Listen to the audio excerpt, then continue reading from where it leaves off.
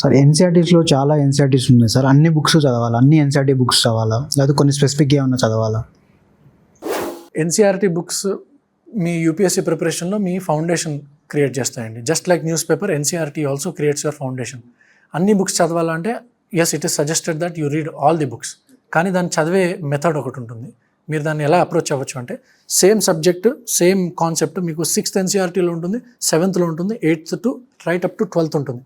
You should do little more hard work and make a list of all the topics that are there in NCERT. చేసుకున్న తర్వాత you start from the top. చాలామంది they start from 6th class, 7th class. But instead of that మీరు reverse approach తీసుకొని 12th నుంచి start చేసి 12thలో ఆ టాపిక్కి సంబంధించిన material అంతా చదివిన తర్వాత 11thలో మీరు చదువుతారు. 90 to 98% మీకు దాంట్లో ఓవర్లాప్ ఉంటుంది. ఎక్స్ట్రాగా అడిషనల్గా మీకు ఉండేది కొంత. కాబట్టి once you do with the difficult part 12th స్టాండర్డ్లో ఎన్సీఆర్టీ ఫినిష్ చేశాక you come to 11th, you come to 10th. అలా కిందకు వచ్చే కొద్దీ మీ ఎన్సీఆర్టీ అనేది హోలిస్టిక్గా కవర్ అవుతుంది.